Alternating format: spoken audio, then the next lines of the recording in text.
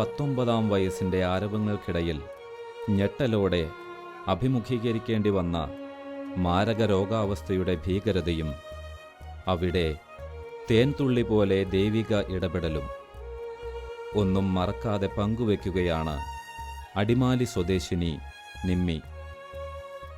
എൻ്റെ പേര് നിമ്മി. എൻ്റെ വീട് അടിമാലി 200 ഏക്കറിലാണ്. എനിക്ക് ഞാൻ +2 കഴിഞ്ഞ് ഡിഗ്രി ഫസ്റ്റ് ഇയർ പഠിച്ചുകൊണ്ടിരിക്കുന്ന സമയത്ത് ചെറിയൊരു തൊണ്ടവേദന വന്നു. അപ്പോൾ അത് ടോൺസിലൈറ്റിസിൻ്റെ ആണെന്നാണ് ആദ്യം ഓർത്തത്.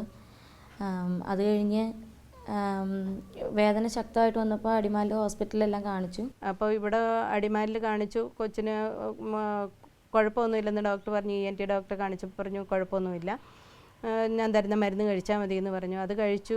ഒരാഴ്ചയായിട്ടും അവളുടെ തൊണ്ടയ്ക്ക് പ്രശ്നം മാറുന്നില്ല. അവൾ പറഞ്ഞു വെള്ളം ഇറക്കുമ്പോൾ എന്തോ തടഞ്ഞിരിക്കുന്ന പോലെ അമ്മയെന്ന് പറഞ്ഞു. അപ്പോൾ അന്ന് നമുക്ക് അടുത്ത ദിവസം വേറെ ഏതെങ്കിലും ഡോക്ടറെ കാണാം. അപ്പോൾ ഞങ്ങൾക്കാണെങ്കിൽ ഞാൻ സ്കൂളിൽ വർക്ക് ചെയ്യുന്നതായതുകൊണ്ട് അവിടെ തിരക്കിൻ്റെ സമയം ഫെബ്രുവരിയൊക്കെ ആയപ്പോഴത്തേക്കും നല്ല തിരക്കുള്ള സമയം.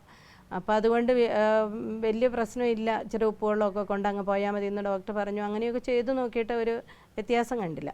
അപ്പോൾ ഞങ്ങൾ അടുത്ത ഇവിടെ വേറൊരു ഡോക്ടറെ പോയി കണ്ടു. അവിടെ ചെന്നപ്പോൾ ഡോക്ടറോട് ഇങ്ങനെ പറഞ്ഞു കഴിഞ്ഞപ്പോൾ ഡോക്ടർ ഞാനൊന്ന് നോക്കട്ടെ എന്ന് പറഞ്ഞ് നോക്കി. ഡോക്ടർ പറഞ്ഞു കുഴപ്പമൊന്നുമില്ല എന്നൊക്കെ പറഞ്ഞു. അത് കഴിഞ്ഞ് ഇങ്ങനെ ഷോൾഡറിൻ്റെ ഭാഗത്ത് പതുക്കെ ഇങ്ങനെയൊന്ന് തൊട്ട് നോക്കി ഡോക്ടർ പറഞ്ഞു ഇവിടെ ഒരു ചെറിയ ഗ്ലാൻഡ് കാണുന്നുണ്ട്. ഇപ്പോൾ കുട്ടികൾക്കൊക്കെ TB വരുന്ന ഒരു സമയമാണ്, ഒത്തിരി കുട്ടികൾക്കുണ്ട്. അപ്പോൾ TBയുടെ വല്ലതും ആയിരിക്കും, നമുക്ക് താഴെ എവിടെയെങ്കിലും പോകുമ്പോൾ ഒന്ന് കാണിച്ചേരെ, TBD ആയിരിക്കും എന്ന് പറഞ്ഞു. ശരിയെന്ന് പറഞ്ഞിരുന്നു. ഡോക്ടർ 2 ഗുളികയൊക്കെ തന്നു. അതിവിടെ കൊണ്ടുവന്ന് കൊടുത്തു. അവളുടെ വേദനയും വിഷമമൊക്കെ മാറി. പക്ഷേ അവൾ പറയുന്നത് വെള്ളം ഇറക്കുമ്പോൾ എന്തൊരു തടയുന്നത് പോലെ തോന്നുന്നുണ്ട്, വേറെ എനിക്ക് വേദനയും കുഴപ്പമൊന്നുമില്ലെന്ന് പറഞ്ഞു. അങ്ങനെ ഇരുന്ന് ഞങ്ങൾ ഒരാഴ്ചയോടെ കഴിഞ്ഞപ്പോഴത്തേക്ക് ഈ ചെറിയ ഗ്ലാൻഡ് ഒരു നെല്ലിക്ക മുഴുപ്പിൽ ആയി. അപ്പോൾ പിന്നെ ഞങ്ങൾക്ക് ഒരു ചെറിയ പേടിയായി. ഉടനെ തന്നെ ഞങ്ങൾ അമൃതയിൽ ഫെബ്രുവരി 27-ാം തീയതി ഞങ്ങൾ അമൃത ഹോസ്പിറ്റലിൽ പോയി. അവിടെ ചെന്ന് ഫിസിഷ്യനെ കണ്ടു. ജനറൽ മെഡിസിനിൽ ഒരു പിള്ള സാറായിരുന്നു. സാറിനെ കണ്ടു കഴിഞ്ഞ് കഴിഞ്ഞപ്പോൾ സാറ് നോക്കിയിട്ട് പറഞ്ഞു ഇത് TBD അല്ല, അത് വേറെ പ്രശ്നമൊന്നുമില്ല. അപ്പോൾ ഇവിടെ ഡിഗ്രി ഫസ്റ്റ് ഇയർ എക്സാമിൻ്റെ സമയം കൂടിയാണ്, ഹാൾ ടിക്കറ്റൊക്കെ വാങ്ങിക്കാൻ പോകാനായിട്ട് അങ്ങനെ ഒരുങ്ങിയിരിക്കുന്ന സമയത്താണ്. അപ്പോൾ ഡോക്ടറോട് ഇങ്ങനെ പറഞ്ഞപ്പോൾ പറഞ്ഞു നിനക്ക് പനിയുണ്ടോ എന്ന് ചോദിച്ചു. കുഴപ്പമൊന്നുമില്ല, എന്നാൽ വീട്ടിൽ പോക്കോ, നമുക്കൊരു മാൻഡോ ടെസ്റ്റ് ഒന്ന് ചെയ്തേക്കാം എന്ന് പറഞ്ഞ് കയ്യിൽ ഒരു ടെസ്റ്റ് നടത്തി. അത് തിങ്കളാഴ്ച വരാൻ പറഞ്ഞു. ഞങ്ങളൊരു ശനിയാഴ്ചയാണ് പോകുന്നത്, തിങ്കളാഴ്ച വരാൻ പറഞ്ഞു. അപ്പോൾ തിങ്കളാഴ്ച ഞങ്ങൾ വീണ്ടും ചെന്ന് കഴിഞ്ഞപ്പോൾ ഡോക്ടർ നോക്കിയപ്പോൾ ആ മാൻഡോ ടെസ്റ്റിൽ TBയുടേതായിട്ടുള്ള യാതൊരു പ്രശ്നങ്ങളും കാണുന്നില്ല. അങ്ങനെ വന്നപ്പോൾ ഡോക്ടർ പറഞ്ഞു ഇതിനകത്ത് TBD ഒന്നും കാണിക്കുന്നില്ല, ഇതൊരു മൈനറായിട്ടുള്ള ടെസ്റ്റാണ്, നമുക്ക് ഇതിൻ്റെ എവിടെയെങ്കിലും ശരീരത്തിൽ എവിടെയെങ്കിലും TB ഉണ്ടെങ്കിൽ മനസ്സിലാക്കാൻ പറ്റുന്ന വേറൊരു ടെസ്റ്റുണ്ട്, അത് നമുക്ക് ചെയ്യാമെന്ന് പറഞ്ഞു. അന്ന് ആ ടെസ്റ്റ് ചെയ്ത് ഞങ്ങൾ വിട്ടു. അതിൻ്റെ റിസൾട്ടിന് പിന്നെയും ഞങ്ങൾ 2 ദിവസം കൂടുമ്പോൾ ഡോക്ടറെ കാണാൻ പോകുന്നുണ്ടായിരുന്നു. അങ്ങനെ അവിടെ ചെന്ന് അത് നോക്കിയപ്പോഴും പ്രശ്നമൊന്നുമില്ല, അതിനകത്തും TBയുടേതായിട്ട് കാണുന്നില്ല. അപ്പോൾ ഡോക്ടർ പറഞ്ഞു നമുക്ക് മെഡിസിൻ തുടങ്ങണമെങ്കിൽ എന്താണെന്ന് അറിഞ്ഞിട്ട് വേണം. അപ്പോൾ ഒത്തിരി ടെസ്റ്റുകൾ പിന്നെ അങ്ങ് ചെയ്യാൻ തുടങ്ങി. എക്സ്റേ ആയി, CT സ്കാനായി, അൾട്രാസൗണ്ടായി, ഇങ്ങനെ ബ്ലഡ് ടെസ്റ്റുകളായി, ഒത്തിരി ടെസ്റ്റുകൾ ഇങ്ങനെ നടന്നുകൊണ്ടിരിക്കും ഓരോ പ്രാവശ്യം ചെല്ലുമ്പോഴും. എനിക്ക് തൊണ്ടവേദന തുടങ്ങിയ ആ സമയത്ത് തന്നെ ഞങ്ങളുമായിട്ട് ഒരു 10-22 വർഷമായിട്ട് ഞങ്ങളുമായിട്ട് നല്ല ബന്ധത്തിലുള്ള ഒരു ആശ്രമത്തിലെ സിസ്റ്റേഴ്സ് ഉണ്ട്. അവർ അന്ന് ആ സമയത്ത് എനിക്ക് തൊണ്ടവേദന ആയിട്ടിരിക്കുന്ന സമയത്ത് അവർ നമ്മളെ വിളിക്കുകയും കൊച്ചിന് എന്നാ ഒരു അസ്വസ്ഥത പോലെ തോന്നണുണ്ടല്ലോ, എന്തെങ്കിലും അസ്വസ്ഥത ഉണ്ടോ കൊച്ചിന്, ഞങ്ങൾ അങ്ങനെ സ്വപ്നം കണ്ടു, കർത്താവ് അങ്ങനെ കാണിച്ചു തന്നു എന്ന് പറഞ്ഞുകൊണ്ട് അവർ വിളിച്ചു. അപ്പോൾ അന്നേരം നമ്മൾ പറഞ്ഞു വിശേഷമൊന്നുമില്ല, കുഴപ്പമൊന്നുമില്ല എന്ന് പറഞ്ഞു. അതല്ല, നിമ്മി കരഞ്ഞുകൊണ്ടിരിക്കുന്നതായിട്ടാണ് കർത്താവ് കാണിച്ചത്, അപ്പം കൊച്ചിനെന്തോ ഒരു അസ്വസ്ഥത ഉണ്ടല്ലോ എന്ന് പറഞ്ഞു. അന്നേരം അമ്മ പറഞ്ഞു ഇല്ല, പ്രത്യേകിച്ചൊന്നുമില്ല, ചെറിയൊരു തൊണ്ടവേദനയുണ്ട്, അല്ലാതെ വേറെ പ്രശ്നങ്ങളൊന്നുമില്ല എന്ന് പറഞ്ഞു. അന്നേരം അവർ പറഞ്ഞു എന്തായാലും നിങ്ങൾ വിഷമിക്കേണ്ട, എന്ത് പ്രതിസന്ധി വന്നാലും നിങ്ങളുടെ കൂടെ ഞങ്ങളുണ്ട്. അത് കഴിഞ്ഞപ്പോൾ സിസ്റ്റേഴ്സ് ഉടനെ പറഞ്ഞു നിങ്ങൾക്ക് വേണ്ടി എത്ര ദിവസം വേണമെങ്കിലും ഉപവസിച്ച് പ്രാർത്ഥിക്കാൻ ഞങ്ങൾ തയ്യാറാണ്, നിങ്ങൾ ഞങ്ങളോടൊന്ന് സഹകരിച്ചാൽ മതി എന്ന് പറഞ്ഞു. അപ്പോൾ ഉടനെ പപ്പയും മോളും ഭയങ്കര ചിരിയായി, എന്താ ഉപവസിച്ച് പ്രാർത്ഥിക്കാൻ മാത്രം കാര്യമൊന്നും ഇവിടെ ഇല്ലല്ലോ എന്ന് പറഞ്ഞു. വീണ്ടും അവരെടുത്ത് പറഞ്ഞു സാറേ അങ്ങനെയല്ല, ഞങ്ങൾ പറയുന്നത് കാര്യമായിട്ടാണ് പറയുന്നത്, നിങ്ങൾക്ക് വേണ്ടി എത്ര ദിവസം വേണമെങ്കിലും ഉപവസിച്ച് പ്രാർത്ഥിക്കാൻ ഞങ്ങൾ തയ്യാറാണ്, നിങ്ങൾ ഞങ്ങളോട് സഹകരിച്ചാൽ മതി എന്ന് പറഞ്ഞു. അപ്പോൾ ഇവർ പിന്നെ അത് വലിയ കാര്യമായിട്ട് ഇവിടെ അങ്ങനെ ഇപ്പോൾ വലിയ പ്രശ്നമൊന്നുമില്ല, പോസ്റ്റ് പ്രാർത്ഥിക്കാൻ തക്ക പ്രശ്നങ്ങളൊന്നും ഇല്ലെന്നൊക്കെ പറഞ്ഞു. നിമ്മി ഞങ്ങൾക്ക് വളരെ പ്രിയപ്പെട്ട ഒരു കുട്ടിയായിരുന്നു. അവളുടെ കുടുംബവുമായിട്ട് ഞങ്ങൾക്ക് നല്ലൊരു സ്നേഹബന്ധമുണ്ടായിരുന്നു. 200 ഏക്കറിൽ വെച്ച് 1000 ഏക്കർ ഇടവകയിലാണ് ഞങ്ങൾ താമസിച്ചുകൊണ്ടിരുന്നത്. അപ്പോൾ 200 ഏക്കറിലാണ് അവർ താമസിക്കുന്നത്. അപ്പോൾ ഞങ്ങൾ മാൻകടവിൽ വന്നതിന് ശേഷം ഒരിക്കലും ഒരു ദിവസം ഈ സിസ്റ്ററിന് നിമ്മി മരിച്ചു കിടക്കുന്ന ഒരു സ്വപ്നമുണ്ടായി. അവളുടെ മരിച്ചു പെട്ടിക്കകത്ത് കിടക്കുന്നതും ആളുകൾ വരുന്നതും ശുശ്രൂഷ മരിച്ചടക്കൻ്റെ ശുശ്രൂഷ നടത്തുന്നതുമായിട്ടുള്ളൊരു സ്വപ്നം. അത് കണ്ട് വല്ലാത്ത വേദനയോടെ രാവിലെ സമൂഹത്തിലത് ഷെയർ ചെയ്യുകയും ഞങ്ങളത് കേട്ടപ്പോഴെല്ലാവരും അങ്ങ് നടുങ്ങിപ്പോയി. അത് അവിടെ അങ്ങനെ മരിച്ചു കിടക്കുന്നു. അങ്ങനെ ആദ്യമായിട്ട് ഞങ്ങൾക്ക് ഇങ്ങനെയൊരു ആ കാര്യം ഇത് കേട്ടപ്പോൾ വല്ലാത്തൊരു വേദനയും വിഷമവും ഉണ്ടായതുകൊണ്ട് ഞങ്ങളത് കർത്താവിൻ്റെ സന്നിധിയിൽ സമർപ്പിക്കാനായിട്ടിരുന്നു. ഞങ്ങൾ ചാപ്പലിലിരുന്ന് ഞങ്ങളതിന് വേണ്ടി കർത്താവിൻ്റെ സന്നിധിയിൽ പ്രാർത്ഥിച്ചു. ഈ സ്വപ്നത്തിന് എന്തെങ്കിലും അർത്ഥമുണ്ടോ, അതേ വെറുതെ ഒരു സ്വപ്നം മാത്രമാണോ? അപ്പോൾ ഞങ്ങളുടെ പ്രാർത്ഥനയിൽ ഞങ്ങൾക്ക് ഇങ്ങനെ ഒരു മറുപടി കിട്ടി. ഈശോ ഞങ്ങളോട് ഇങ്ങനെ പറഞ്ഞു, അത് ശരിയാണ്, കാരണം അവൾ മാരകമായ ഒരു ക്യാൻസർ രോഗത്തിനടിമയാണ്. 6 മാസത്തിനുള്ളിൽ അവൾ മരിക്കും. കാരണം അവളുടെ ശരീരത്തിലേക്ക് ക്യാൻസർ കോശങ്ങളെല്ലാം സ്പ്രെഡ് ചെയ്തിട്ടുണ്ട്. അവൾ മരിക്കും. അവൾ മരിക്കുമെന്ന് പറഞ്ഞപ്പോൾ ഞങ്ങൾ നടുങ്ങിപ്പോയി. ഞങ്ങൾ ഒന്നടങ്കം കണ്ണുനീരോടെ കർത്താവിനോട് പറഞ്ഞു, പാടില്ല, നിമ്മി മരിക്കാൻ പാടില്ല, അവൾ ജീവിക്കണം. ഞങ്ങൾ എന്തു ചെയ്യാനും തയ്യാറാണ്, അവൾക്ക് വേണ്ടി ഞങ്ങൾ പ്രാർത്ഥിക്കാനും ത്യാഗം ചെയ്യാനും തയ്യാറാണ് ഈശോയെ, അവൾ മരിക്കരുത് എന്ന് ഞങ്ങൾ കർത്താവിൻ്റെ സന്നിധിയിൽ കണ്ണുനീരോടെ പ്രാർത്ഥിച്ചു. ഞങ്ങൾ ആ ദിവസം മുഴുവൻ ഇങ്ങനെ പ്രാർത്ഥിച്ചപ്പോൾ അവസാനം ഞങ്ങൾക്കൊരു മറുപടി കിട്ടി. ശരി, നിങ്ങൾ പ്രാർത്ഥിക്കും, ഞാൻ പ്രവർത്തിക്കാം. അങ്ങനെ ഈശോ ഞങ്ങൾക്ക് ഉറപ്പ് തന്നതുകൊണ്ട് ഞങ്ങളന്ന് വൈകുന്നേരം അവരുടെ വീട്ടിലേക്ക് വിളിച്ചു, ടീച്ചറിനെ വിളിച്ചു. ടീച്ചറിനെ വിളിച്ചിട്ട് അവിടെ വിശേഷമൊക്കെ ചോദിച്ചു. അത് കഴിഞ്ഞ് നിമ്മിയുടെ വിശേഷം ചോദിച്ചു. നിമ്മി ഒരു കുഴപ്പമില്ലാതെ നടക്കുന്നുവെന്നും എന്നാൽ അവൾക്കൊരു ചെറിയ തൊണ്ടവേദനയും പനിയും ഒക്കെ ഉണ്ട്, അതിന് ഒരാഴ്ചയായിട്ട് മരുന്ന് കഴിക്കുന്നുണ്ട്, കുഴപ്പമൊന്നുമില്ല എന്നാണ് മറുപടി കിട്ടിയത്. പക്ഷെ ഞങ്ങളിങ്ങനെ പറഞ്ഞു, ഞങ്ങൾക്ക് വിവരങ്ങൾ അറിയാമായിരുന്നതുകൊണ്ട് ഞങ്ങൾ പറഞ്ഞു, ടീച്ചറെ നിങ്ങൾ വിഷമിക്കണ്ട കേട്ടോ, എന്തു വന്നാലും ഞങ്ങൾ നിങ്ങളുടെ കൂടെയുണ്ട്, നിങ്ങൾ ഞങ്ങളോട് സഹകരിച്ചാൽ മതി, എങ്ങനെ പ്രാർത്ഥിക്കാനും ഞങ്ങൾ തയ്യാറാണെന്ന് പറഞ്ഞു. അവരത് അത്ര മുഖവിലയ്ക്ക് എടുത്തില്ല. കാരണം അതൊരു വലിയ കാര്യമായിട്ട് എന്തിനു വേണ്ടിയിട്ടാണ് അങ്ങനെ പ്രാർത്ഥിക്കുന്നത്, അല്ലെങ്കിൽ ഉപവസിച്ച് പ്രാർത്ഥിക്കുന്നത് എന്തിനു വേണ്ടിയാണ്, അങ്ങനെയൊക്കെ അവർക്കൊരു സംശയം, അല്ലെങ്കിൽ അത് മുഖവിലയ്ക്ക് എടുക്കാതെ അവരത് തള്ളിക്കളയുന്നത് പോലെയാണ് ഞങ്ങൾക്ക് അനുഭവപ്പെട്ടത്. പക്ഷെ ഞങ്ങൾ ആ കാര്യത്തിൽ ഉറച്ചു നിന്നു. അപ്പോൾ അങ്ങനെ ഇരിക്കുമ്പോഴാണ് ഞങ്ങൾ എൻ്റെ ലോക്കൽ മാനേജർ, സ്കൂളിൻ്റെ മാനേജറായിട്ടിരുന്ന ജോസഫ് പാപ്പാടി അച്ഛൻ്റെ അടുത്ത് വിവരം പറഞ്ഞു. അപ്പോൾ അച്ഛൻ കൊച്ചിനെ കൊണ്ട് എല്ലാം പറഞ്ഞു. അവിടെ ചെന്ന് ഞങ്ങൾ പ്രാർത്ഥിച്ചു പോന്നു. അപ്പോൾ എന്ത് കാര്യമുണ്ടെങ്കിലും അച്ഛനോട് വിളിച്ച് പറയണമെന്ന് പറഞ്ഞിട്ടുണ്ടായിരുന്നു. അപ്പോൾ അച്ഛൻ്റെ നിർദ്ദേശങ്ങളും അതുപോലെ തന്നെ മാൻകടവിലെ സിസ്റ്റേഴ്സിൻ്റെ നിർദ്ദേശങ്ങളും ഞങ്ങൾക്ക് കിട്ടിക്കൊണ്ടിരുന്നു. ഓരോ പ്രാവശ്യം ഡോക്ടറെ കണ്ടു കഴിയുമ്പോഴത്തേക്ക് അത് ഡോക്ടർ പറഞ്ഞ എന്താണെന്നുള്ളത് ഈ രണ്ടിടത്ത് ഞങ്ങൾ പറയുമായിരുന്നു. അങ്ങനെ ഇരുന്നപ്പോൾ ഒരു ദിവസം ഡോക്ടറെ കണ്ടുകൊണ്ടിരിക്കുന്നു, ഇടയ്ക്ക് പോയി ടെസ്റ്റുകൾ ഇങ്ങനെ ആവർത്തിച്ചുകൊണ്ടിരിക്കുന്നു, മുഴ വലുതായിക്കൊണ്ടിരിക്കുന്നു. അപ്പോൾ അതിങ്ങനെ ഒരു ഷോൾഡറിൻ്റെ പൊക്കത്തിലേക്ക് ഇങ്ങനെ കഴുത്ത് മുതൽ ഷോൾഡർ വരെയുള്ളൊരു ചരിഞ്ഞ രീതിയിലേക്ക് വന്നു. അപ്പോൾ അത് ഒത്തിരി വലുതായി. ഉടനെ ഒരു ദിവസം സിസ്റ്റേഴ്സ് ഒരു ഉച്ച സമയത്ത് ഞങ്ങളെ വിളിച്ചിട്ട് പറഞ്ഞു, ടീച്ചറെ ഉടനെ തന്നെ നിങ്ങൾ ഇങ്ങോട്ട് വരണം. അപ്പം ഞാൻ ചോദിച്ചു എന്താന്ന് ചോദിച്ചു. കർത്താവ് ഞങ്ങളോട് പറഞ്ഞു, നിമ്മിക്ക് നിസ്സാരമായിട്ടുള്ള അസുഖമല്ല, ക്യാൻസർ ആണെന്നാണ് ഞങ്ങളോട് കർത്താവ് പറഞ്ഞത്. അതുകൊണ്ട് അവളറിയാതെ ഇപ്പം തന്നെ ടീച്ചറും സാറും ഞങ്ങളുടെ അടുത്തേക്ക് വരണമെന്ന് പറഞ്ഞു. കേട്ടപ്പോഴേ ഭയങ്കര വിഷമമായി. പക്ഷേ ഇവളറിയാതെ തന്നെ ഞങ്ങൾ പോകാനായിട്ട്, അന്ന് എനിക്ക് രാവിലെ തലവേദനയൊക്കെ ആയിരുന്നു, ഛർദിയായിരുന്നു. അപ്പോൾ അതുകൊണ്ട് ഡോക്ടറെ കാണാനെന്നുള്ള മട്ടിൽ ഞങ്ങൾ പോയി. അവിടെ ചെന്നു സിസ്റ്റേഴ്സിൻ്റെ അടുത്ത് ചെന്ന് പ്രാർത്ഥിച്ചു. തിരിച്ച് രാത്രി 8:30 ഞങ്ങൾ തിരിച്ചു വരുമ്പോൾ. അപ്പോൾ അവൾ ചോദിച്ചു എവിടെയാണ് മരുന്നെന്നൊക്കെ ചോദിച്ചു. അന്നേരം പറഞ്ഞു മരുന്ന് ഒന്നും ചെയ്തില്ല, എനിക്ക് അൾസർ ഉള്ളത് കൊണ്ട് മരുന്ന് അങ്ങനെയൊന്നും കഴിക്കാൻ പാടില്ല, അപ്പോൾ ഇഞ്ചക്ഷനൊക്കെ എടുത്ത് ട്രിപ്പിട്ട് കിടത്തിരിക്കുകയായിരുന്നു എന്നൊക്കെ പറഞ്ഞു ഞങ്ങൾ. അപ്പോൾ അന്ന് മുതൽ നമുക്ക് കൂടുതൽ ടെൻഷൻ ഇങ്ങനെ വരുമായിരുന്നു, എന്ത് ചെയ്യും. കർത്താവ് അവർക്ക് ഒരു ബോധ്യം കൊടുത്തിരുന്നു ഇത് ക്യാൻസർ ആണെന്നുള്ളത്. പക്ഷെ എന്നോട് പറഞ്ഞിട്ടുണ്ടായിരുന്നില്ല, വീട്ടിൽ പപ്പയ്ക്കും അമ്മയ്ക്കും അറിയത്തുണ്ടായിരുന്നില്ല. പിന്നെ അതിന് ശേഷം ഞങ്ങളോട് പറഞ്ഞു ഒരു 7 ദിവസം അവിടെ വന്നിരുന്ന് 7 ദിവസം പ്രാർത്ഥിച്ച് കഴിയുമ്പോൾ കർത്താവ് ആ ഗ്ലാൻഡിൻ്റെ വളർച്ച നിർത്തിത്തരും, അല്ലെങ്കിൽ അതിനെന്തെങ്കിലും ഒരു സൊല്യൂഷൻ കർത്താവ് കണ്ടെത്തി തരും എന്ന് പറഞ്ഞു.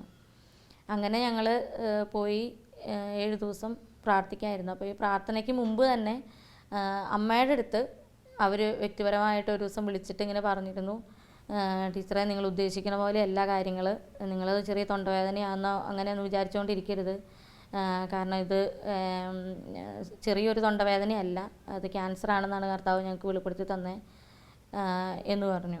അപ്പോഴും നമുക്കത് വിശ്വസിക്കാൻ എന്ന് വെച്ചാൽ എനിക്കറിയില്ല, അമ്മയ്ക്ക് അത് വിശ്വസിക്കാൻ വളരെ വിഷമമായിരുന്നു, ഭയങ്കര സങ്കടമായി. ആരോടും പറയാനും പാടില്ല, ആരോടും പറയണ്ട, കൊച്ചിൻ്റെ അടുത്തത് കാണിക്കരുത് എന്നൊക്കെ പറഞ്ഞപ്പോൾ അമ്മയ്ക്ക് തരണം ചെയ്തു പോകാനായിട്ട് ഭയങ്കര പ്രയാസമായിരുന്നു. ജനറൽ മെഡിസിനിൽ നിന്ന് ഞങ്ങളെ സർജൻ്റെ അടുത്തേക്ക് വിട്ടു. കാരണം ഇത് പെട്ടെന്ന് സ്പ്രെഡ് ചെയ്യുകയും കഴുത്തിലേക്കും അതുപോലെ തന്നെ ചെസ്റ്റ് കംപ്ലീറ്റ് ആയി അങ്ങനെയൊക്കെ വന്നതുകൊണ്ട് വേഗം സർജൻ്റെ അടുത്തേക്ക് വിട്ടു. അവിടെ ചെന്ന് ഡോക്ടർ ഇതുപോലെ തന്നെ CT സ്കാനും മറ്റ് ടെസ്റ്റുകളെല്ലാം ചെയ്ത് കഴിഞ്ഞപ്പോൾ ഡോക്ടർ പറഞ്ഞു നമുക്ക് ഉടനെ ഓപ്പറേഷൻ വേണം, ഓപ്പറേഷൻ ചെയ്യാതെ പറ്റിയല്ല, കാരണം ഇത് വളരെ വേഗത്തിൽ വലുതായിക്കൊണ്ടിരിക്കുകയാണ്.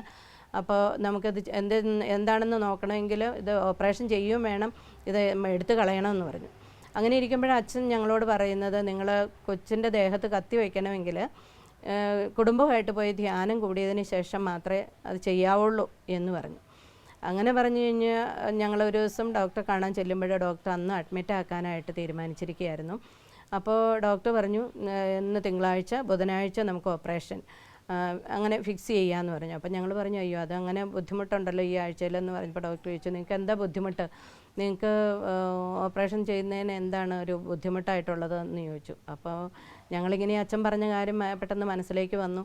ഉടനെ ഡോക്ടർ ചോദിച്ചു സാമ്പത്തിക പ്രശ്നം എന്തെങ്കിലും ഉണ്ടോ എന്ന് ചോദിച്ചു. ഉടനെ അന്ന് അത് ആണെങ്കിൽ ആരും പിന്നെ നമ്മളെ സഹായിക്കാനൊന്നും ഇല്ലല്ലോ എന്ന് ഓർത്ത് അതേന്ന് പറഞ്ഞു. ഉടനെ ഡോക്ടർ പോയി ഒരു 10-15 മിനിറ്റ് കഴിഞ്ഞപ്പോൾ കുറച്ച് പേപ്പറുകളും ഒക്കെ ആയിട്ട് വന്നു. ഡോക്ടർ പറഞ്ഞു ഞാനെല്ലാം പറഞ്ഞ് ശരിയാക്കിയിട്ടുണ്ട്, നിങ്ങൾ ഈ പേപ്പറുകളിൽ ഒപ്പിട്ട് തന്നാൽ മതി, എന്നിട്ട് ഓപ്പറേഷൻ കഴിയുമ്പോൾ നിങ്ങൾ ഇതിൻ്റെ പൈസകളൊക്കെ അടച്ചാൽ മതി, കാരണം അത്രയും സീരിയസ് ആയിട്ടുള്ള ഒരവസ്ഥയിലാണ് ഇപ്പോൾ കൊച്ച്, അപ്പോൾ അതുകൊണ്ട് നമുക്ക് എത്രയും വേഗം ഓപ്പറേഷൻ ചെയ്യണമെന്ന് പറഞ്ഞു. അപ്പം ഡോക്ടർ പറഞ്ഞു നിങ്ങൾ ഇത് ഇത്രയും ക്രിട്ടിക്കൽ സ്റ്റേജിലാണ് നിൽക്കണേ, അതുകൊണ്ട് എത്രയും വേഗം ഓപ്പറേഷൻ ചെയ്യണം, സംഭവം എന്നാന്നുള്ളത് നമുക്ക് ഇതുവരെയും പിടികിട്ടിയിട്ടില്ല, ഈ സമയം കൊണ്ട് ഒരു 3-4 മാസം ഇങ്ങനെ കടന്നുപോയി, ഗ്ലാൻഡ് എല്ലായിടത്തും തന്നെ ശരീരത്തിൻ്റെ എല്ലാ മേഖലകളിലും ഇത് ഗ്ലാൻഡ് വളർന്നു കഴിഞ്ഞു, അപ്പോൾ അതുകൊണ്ട് ഇനി നീട്ടിക്കൊണ്ട് പോയി കഴിഞ്ഞാൽ പ്രശ്നമാണ്, അപ്പോൾ ഉള്ളിലുള്ള ഈ ഗ്ലാൻഡുകൾ പെട്ടെന്ന് വലുതാവും, അത് വലുതായി കഴിഞ്ഞ് കഴിഞ്ഞാൽ ശ്വാസകോശത്തെയും ലിവറിനെയും എല്ലാം ഇത് ഞെക്കി പെട്ടെന്ന് മരണം സംഭവിക്കും, അപ്പോൾ അതുകൊണ്ട് എത്രയും വേഗം ഇത് എന്നതാണ് എന്നുള്ളത് മനസ്സിലാക്കണം, അല്ലെങ്കിൽ ഈ ഗ്ലാൻഡ് എടുത്ത് കളയണം, അപ്പോൾ അതിന് വേണ്ടിയിട്ടാണ് ഓപ്പൺ സർജറി നമ്മളോട് പറഞ്ഞിരുന്നത്. അപ്പോൾ ഡോക്ടറോട് നമ്മൾ പറയുമായിരുന്നു ഈ ആഴ്ച നമുക്ക് പറ്റത്തില്ല, അടുത്ത ദിവസങ്ങളിൽ ചെയ്യാമെന്നുള്ള ഒരു ഇതിൽ ഞങ്ങൾ അവിടെ നിന്ന് പോന്നു. അതിന് ശേഷം വന്ന് ഞങ്ങൾ കുടുംബമായിട്ട് എല്ലാവരും കൂടെ മുരിങ്ങൂർ പോയി ഒരാഴ്ചത്തെ ധ്യാനം കൂടി. ധ്യാനം കഴിഞ്ഞ് തിരിച്ചു വന്ന് ഞങ്ങൾ ഹോസ്പിറ്റലിൽ ചെന്ന് ഡോക്ടറെ കാണുമ്പം അന്നേരം CT സ്കാനും ചെയ്ത് കഴിഞ്ഞപ്പോൾ ഡോക്ടർ പറഞ്ഞു ഇത് കഴിഞ്ഞ ആഴ്ച കണ്ട പോലെയല്ല, ഈ ആഴ്ച അത് പിന്നെയും കൂടുതലായിട്ട് ശരീരത്തിൽ ഗ്ലാൻഡുകൾ വികസിച്ചിട്ടുണ്ട്, അപ്പം ഇത് ഒരെണ്ണം അല്ല ഒത്തിരി എണ്ണം ഉണ്ട്, താടിയുടെ അടിഭാഗത്ത് ഈ തവളയുടെ മുട്ട പോലെ ഒരു 10-36 ഗ്ലാൻഡുകൾ, ചെറിയ ചെറിയ ഗ്ലാൻഡുകൾ കാണുന്നുണ്ടായിരുന്നു, ചെസ്റ്റ് ഫുള്ള് ഗ്ലാൻഡ് ഉണ്ട്, കഴുത്തേൽ ഉണ്ടായിരുന്ന കുഞ്ഞു ഗ്ലാൻഡ് അത് വലിയ ഗ്ലാൻഡായിട്ട് മാറി. അപ്പം അങ്ങനെയുള്ള അവസ്ഥയിൽ ഇത് നമ്മൾ ഓപ്പൺ സർജറി ചെയ്താലും 1-2 എടുത്ത് കളഞ്ഞതുകൊണ്ട് കാര്യമില്ല, ഫുള്ളായിട്ട് എടുത്ത് കളയാൻ പറ്റില്ലാത്തൊരവസ്ഥയുണ്ട്, അപ്പോൾ അതുകൊണ്ട് നിങ്ങൾ ഓപ്പൺ സർജറി വേണ്ട എന്ന് തീരുമാനിച്ചു. സർജനെ കാണുന്നതിനിടയ്ക്ക് തന്നെ ഞങ്ങൾ ജനറൽ മെഡിസിനിലെ ഡോക്ടർ ഞങ്ങളോട് എപ്പോഴും അവിടെ ചെന്ന് കാണണമെന്ന് പറഞ്ഞിട്ടുണ്ടായിരുന്നു. അപ്പോൾ ഇത് കഴിഞ്ഞിട്ട് ഡോക്ടറുടെ അടുത്ത് ചെന്ന് കഴിഞ്ഞപ്പോൾ ഡോക്ടർ പറഞ്ഞു, ചാർട്ടെല്ലാം എടുത്ത് നോക്കിയിട്ട് ഡോക്ടർ പറഞ്ഞു ഇറ്റ് ഈസ് വെരി ഡേഞ്ചറസ്, ഇനി നമുക്ക് 1 മിനിറ്റ് പോലും വഹിക്കാനില്ല, അത്രമാത്രം ഡേഞ്ചറസ് ആയിട്ടുള്ള ഒരവസ്ഥയിലാണ്, ഇനി താഴേക്ക് ഈ ഇത് സ്പ്രെഡായി കഴിഞ്ഞാൽ ഉടനെ കുട്ടി മരിക്കും. ഇത് കേട്ട് അവിടെ നിന്ന് ഒത്തിരി സങ്കടപ്പെട്ട് ഞാൻ മുറിയിൽ നിന്ന് ഇറങ്ങാൻ തുടങ്ങുമ്പോഴേ ഡോക്ടർ പറഞ്ഞു ഒരു തുള്ളി കണ്ണുനീര് പോലും നിമ്മി കാണരുത്, കാരണം അവൾ അറിഞ്ഞു കഴിഞ്ഞാൽ ഇത് പെട്ടെന്ന് അവൾക്ക് ഷോക്കാവും, അവൾ പെട്ടെന്ന് രോഗത്തിൻ്റെ അവസ്ഥ മാറും എന്ന് പറഞ്ഞു. ഏതായാലും അവിടെ നിന്ന് ഞങ്ങൾ പോന്നു. ഇവിടെ വന്നു, ആശ്രമത്തിൽ വന്ന സിസ്റ്റേഴ്സിനോട് ഈ വിവരം പറഞ്ഞപ്പോഴത്തേക്ക് അവർ പറഞ്ഞു, നമുക്ക് എത്രയും വേഗം ഈശോയുടെ മുമ്പിലിരുന്ന് നമുക്ക് തിരിച്ചു വാങ്ങണം, നിമ്മിയുടെ ജീവനെ നമുക്ക് തിരിച്ചു വാങ്ങിക്കണം എന്ന് പറഞ്ഞു. അങ്ങനെ ഞങ്ങൾ അവിടെ ഈശോയുടെ മുമ്പിൽ ഇരുന്നു. ഒരു 7 ദിവസം ഇരിക്കാൻ ഞങ്ങളോട് പറഞ്ഞു. ഞങ്ങൾ ഇരുന്നു. 3-4 ദിവസത്തേക്ക് നമുക്ക് ഒന്നും ഈശോയിൽ നിന്നൊന്നും കിട്ടിയില്ല. 4-ാം ദിവസം ആയപ്പോൾ കർത്താവ് പറഞ്ഞു, ഞാൻ അവളെ സുഖപ്പെടുത്തും, തക്ക സ്ഥലത്ത് വെച്ച് ഞാൻ അവളെ സൗഖ്യപ്പെടുത്തും. അതുപോലെ തന്നെ ഇതിൻ്റെ വളർച്ച പെട്ടെന്ന് നിർത്തി തരണമെന്ന് പറഞ്ഞ് പ്രാർത്ഥിച്ചു. ആ വളർച്ച അതുപോലെ നിന്നു. പിന്നീട് ഞങ്ങൾ ഡോക്ടറെ കാണാൻ ചെല്ലുമ്പോൾ അപ്പം ഞാൻ എടുത്തു ചോദിച്ചു, കാരണം ഇവിടെ ഇങ്ങനെ പറഞ്ഞിരുന്നത് കൊണ്ട് എടുത്തു ചോദിച്ചു, ഡോക്ടർ ഇപ്പോൾ വളർച്ച എങ്ങനെയാണ്? ഡോക്ടർ പറഞ്ഞു, നമ്മൾ കഴിഞ്ഞ ദിവസം ടെസ്റ്റ് ചെയ്തപ്പോൾ ഇരിക്കുന്ന പോലെ തന്നെയാണ് ഇപ്പോഴും ഇരിക്കുന്നത്, അതിൽ കൂടുതലായിട്ടില്ല എന്ന് പറഞ്ഞു. ഇത് കേട്ടപ്പോൾ ഭയങ്കരമായിട്ടൊരു സന്തോഷം മനസ്സിൽ തോന്നി. പിന്നീട് ഒത്തിരി ഇങ്ങനെ വിഷമം തോന്നുന്ന സമയത്ത് ഞാൻ ഈ വിഷമം അറിയരുതല്ലോ എന്ന് ഓർത്തുകൊണ്ട് ബാത്റൂമിൽ കയറി കരച്ചിൽ വരുമ്പോൾ പൈപ്പ് തുറന്നിട്ടിട്ട് ഇങ്ങനെ ഉറക്കെ കരയും. അപ്പോൾ അങ്ങനെ കരയുന്ന സമയത്ത് ഒരു ദിവസം ഇങ്ങനെ, നിന്നെ കരുതുന്ന ഒരു ദൈവം നിൻ്റെ കൂടെയുള്ളപ്പോൾ നീ എന്തിന് ഭയപ്പെടണം എന്നൊരു സ്വരം എൻ്റെ പുറകിൽ നിന്ന് ഇങ്ങനെ കേൾക്കുന്നതായിട്ട് എനിക്ക് തോന്നി. അപ്പോൾ ഈ പല പ്രാവശ്യം കേട്ടപ്പോൾ ഇത് ആരാ പറയുന്നതെന്ന് ഓർത്ത് നോക്കിക്കഴിഞ്ഞപ്പോൾ ആരെയും കണ്ടില്ല. പക്ഷേ ഈ സ്വരം വീണ്ടും കേൾക്കാൻ തുടങ്ങി. ഞാനിത് ആവർത്തിച്ച് പറയാനും തുടങ്ങി. അപ്പോൾ പെട്ടെന്ന് എൻ്റെ മനസ്സിൻ്റെ ആ ദുഃഖം എല്ലാം പോകും. ഞാൻ വളരെ സന്തോഷവതിയായിട്ട് അവളുടെ അടുത്തേക്ക് തിരിച്ചു വരും. അതുപോലെ തന്നെ ഒരു 4 വരി പാട്ട് ഞാൻ കേൾക്കാൻ തുടങ്ങി. കണ്ണുനീരിൻ്റെ താഴ്വരയിൽ കൈവിടുകയില്ല ഞാൻ നിന്നെ എന്നുള്ളൊരു പാട്ട്, അതും ഞാനിങ്ങനെ പാടാൻ തുടങ്ങി. അപ്പോൾ എൻ്റെ മനസ്സിൻ്റെ വിഷമം പെട്ടെന്ന് എനിക്ക് ഈശോ ചെയ്യും എന്നുള്ളൊരു ബോധ്യം ഉണ്ടായിരുന്നു. പിന്നെ ആ ഗ്ലാൻഡിനകത്തുനിന്ന് പിന്നെ ബ്ലഡോ അല്ലെങ്കിൽ വെള്ളമോ എന്തെങ്കിലും ഉണ്ടോ എന്ന് നോക്കിയിട്ട് അതിനകത്തുനിന്ന് അതെടുത്ത് നമുക്ക് ടെസ്റ്റ് ചെയ്യാം എന്ന് പറഞ്ഞു. പിന്നെ അതെടുത്ത് ടെസ്റ്റ് ചെയ്തു. അത് ചെയ്തപ്പോഴും TB അല്ല എന്നുള്ളത് വ്യക്തമായി. അന്നേരം പിന്നെ ഈ സമയം കൊണ്ട് ഒരു 1.5-2 മാസം അങ്ങനെ കടന്നു പോയിരുന്നു. പിന്നെ ഇത് എന്താണെന്ന് അറിയാൻ വേണ്ടിയിട്ടുള്ള ഇതായിരുന്നു. അപ്പോഴേക്കും ഡോക്ടേഴ്സിനെല്ലാം ഭയങ്കര കൺഫ്യൂഷനായിരുന്നു. അപ്പം പിന്നെ ഇതെന്താണെന്ന് അറിയാൻ വേണ്ടിയിട്ടുള്ള ടെസ്റ്റുകൾ പിന്നെ തുടങ്ങുമായിരുന്നു. അന്നേരം പിന്നെ ഇതെല്ലാം ചെയ്ത് കഴിഞ്ഞിട്ടും എന്താണെന്നൊരു വ്യക്തമല്ലാത്തൊരവസ്ഥ വന്നു. അപ്പം പിന്നെ പറഞ്ഞു, എന്താ നമുക്ക് ഒരു കാര്യം ചെയ്യാം, ബയോപ്സിക്ക് എടുക്കാം, ഓപ്പറേഷൻ ചെയ്യാം. സ്കാൻ ചെയ്ത് കഴിഞ്ഞപ്പോൾ ഫുള്ള് ലങ്സിലും ഉള്ളിൽ നിറച്ചിങ്ങനെ ഗ്ലാൻഡുകൾ, വലിയ വലിയ ഗ്ലാൻഡുകൾ കാണപ്പെട്ടു. അപ്പോൾ അത് എടുത്തു കളയാമെന്നാണ് ആദ്യം തീരുമാനിച്ചത്.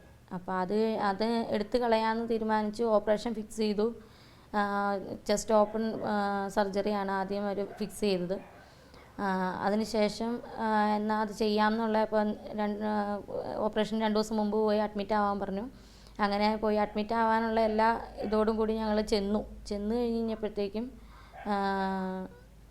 ഡോക്ടർ പറഞ്ഞു, കൊച്ചിൻ്റെ പ്രായവും അവസ്ഥയും എൻ്റെ ആ ഗ്ലാൻഡിൻ്റെ വളർച്ചയും എല്ലാം കൂടെ നോക്കിയിട്ട് അത് ചെയ്യാതിരിക്കുമായിരിക്കും നല്ലത്. കാരണം ഇത് ഉള്ളിൽ ഒത്തിരി ഉള്ളതുകൊണ്ട്, ഒത്തിരി ഗ്ലാൻസ് ഉള്ളതുകൊണ്ട് എടുത്തു കളയാൻ 1-2 എടുത്ത് കളഞ്ഞുകൊണ്ടും കാര്യമില്ല, ബാക്കി അവിടെ എങ്ങനെ നിൽക്കുമല്ലോ. അപ്പോൾ അതുകൊണ്ട് കാര്യമില്ല എന്നുള്ള രീതിയിൽ പറഞ്ഞു. പിന്നെ എന്ത് ചെയ്യണം എന്നുള്ള ഒരു ഇതായിപ്പോയി. പിന്നെ അവർ തന്നെ സജസ്റ്റ് ചെയ്തു, നമുക്കൊരു കാര്യം ചെയ്യാം, ഓപ്പൺ സർജറി വേണ്ട, ബയോപ്സിക്ക് വേണ്ടി എടുക്കാം എന്ന് പറഞ്ഞ് ആ നിശ്ചയിച്ച ദിവസം തന്നെ ഞങ്ങൾ ബയോപ്സിക്ക് റെഡി ആകുമായിരുന്നു.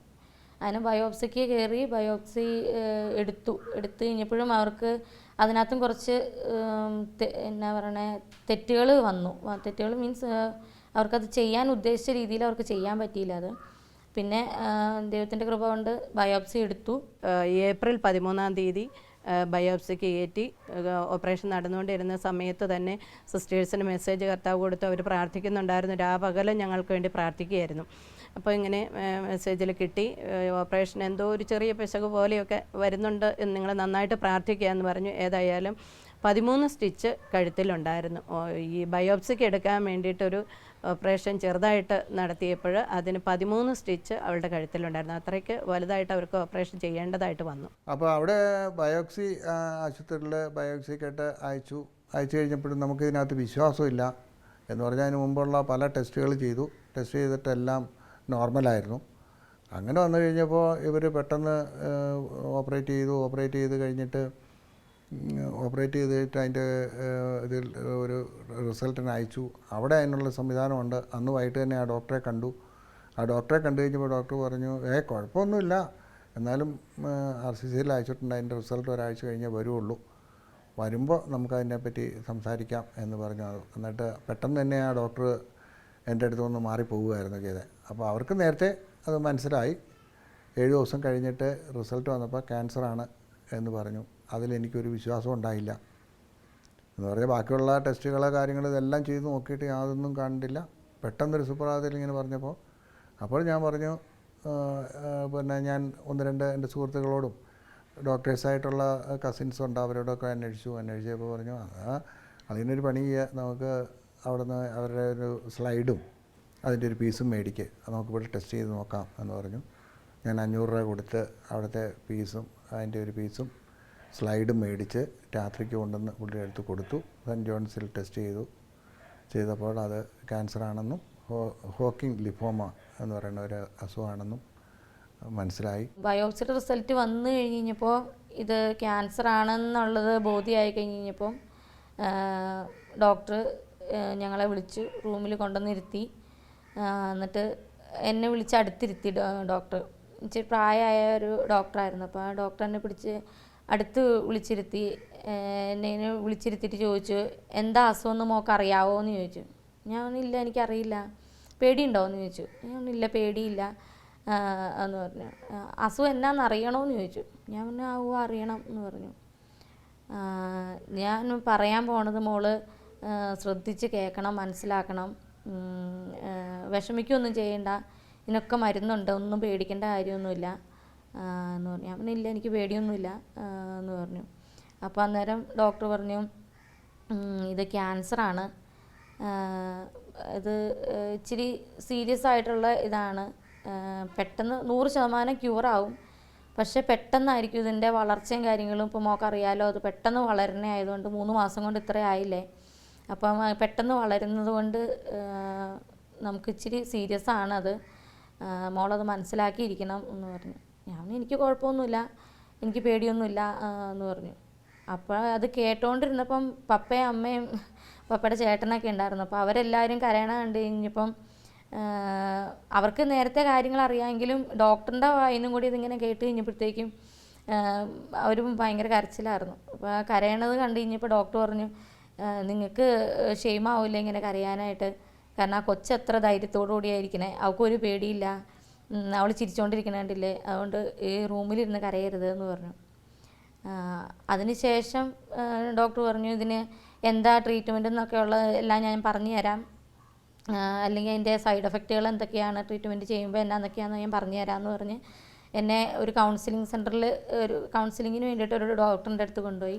അവിടെ ചെന്ന് കഴിഞ്ഞപ്പം ഡോക്ടർ ഇങ്ങനെ പറഞ്ഞു, നമ്മൾ ചെയ്യുന്നത് കീമോയാണ്, അത് പല സൈക്കിളുകളായിട്ടായിരിക്കും ചെയ്യുന്നത്, അത് ചെയ്യുമ്പം ചില പ്രശ്നങ്ങളുണ്ടാവും, മുടി പോവും, അതുപോലെ വണ്ണം വയ്ക്കും, അല്ലെങ്കിൽ ഛർദി അങ്ങനെയുള്ള കാര്യങ്ങളുണ്ടാവും.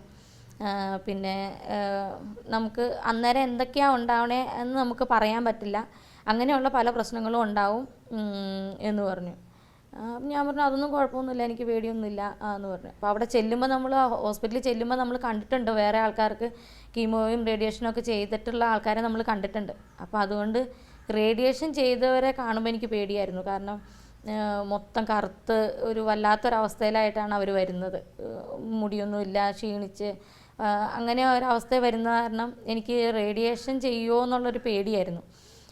കീമോ പിന്നെ എന്നാന്നറിയത്തില്ലാത്തതുകൊണ്ട് നമുക്ക് അങ്ങനെ പേടിയുണ്ടായിരുന്നില്ല. അപ്പോൾ ഡോക്ടർ പറഞ്ഞു മുടിയൊക്കെ പോയാലും കുഴപ്പമൊന്നുമില്ല, നമുക്ക് വിഗ് വെക്കാം, പിന്നെ ഇതൊക്കെ പെട്ടെന്ന് മാറിക്കോളും. അപ്പോൾ കീമോ ചെയ്യണമെന്ന് പറഞ്ഞു കഴിഞ്ഞാൽ ഒരു മാസത്തിൽ 15 ദിവസം കൂടുമ്പോൾ ഓരോ ഇത് വെച്ച് ചെയ്യാം, അങ്ങനെയാണ് ഇതിൻ്റെ ട്രീറ്റ്മെൻറ്റ് ഇപ്പം. അപ്പം പേടിക്കാനൊന്നുമില്ല, വന്ന് ട്രിപ്പ് ചെയ്യണ പോലെ തന്നെ, ട്രിപ്പ് കയറ്റുന്ന പോലെയാണ് ഇതിൻ്റെ മരുന്നുകൾ കയറുന്നത്, അപ്പോൾ ഒന്നും പേടിക്കാനൊന്നുമില്ല എന്നൊക്കെ പറഞ്ഞ് തന്നെ അവിടെ നിന്ന് വിട്ടു. അങ്ങനെ അന്ന് പോന്നു. പിറ്റേ ദിവസം ഞങ്ങൾ തിരിച്ച് ചെല്ലുവാണ് കീമോയ്ക്ക് വേണ്ടിയിട്ട്. അപ്പോൾ മോളെ അവിടെ കൊണ്ടുവരുന്ന സമയം എന്ന് പറഞ്ഞാൽ കീമോ എല്ലാം കഴിഞ്ഞ് ശരിക്കും ഒരു ബോധമില്ലാത്തൊരവസ്ഥയിൽ എടുത്തുകൊണ്ടാണ് ധ്യാന സെൻ്ററിൽ വരുന്നത്. നമുക്ക് ഈ ഓരോ ഞരമ്പിൽ കൂടെയും ഈ ഓരോ ഡ്രോപ്പ് കയറുന്നതും ഭയങ്കര വേദനയാണ്. എൻ്റെ മോളെ, നിൻ്റെ ഈ ശരീരത്തിന് യാതൊരു തരത്തിലുള്ള കുഴപ്പവും കൂടാതെ ആ മരുന്ന് നിൻ്റെ ശരീരത്തെ ദോഷമായിട്ട് ബാധിക്കാതിരിക്കാൻ ഞാൻ എൻ്റെ തിരുരക്തത്താൽ നിൻ്റെ ശരീരത്തെ പൊതിഞ്ഞു സൂക്ഷിച്ചിരിക്കുന്നു. വെള്ളം പോലും കഴിക്കാൻ പറ്റില്ല, ഇറങ്ങി പോവില്ല. വായിലെ തൊലിയെല്ലാം പോയി, തൊണ്ടയിലെ തൊലിയെല്ലാം പോയി, വായിക്ക് ടേസ്റ്റ് ഇല്ല.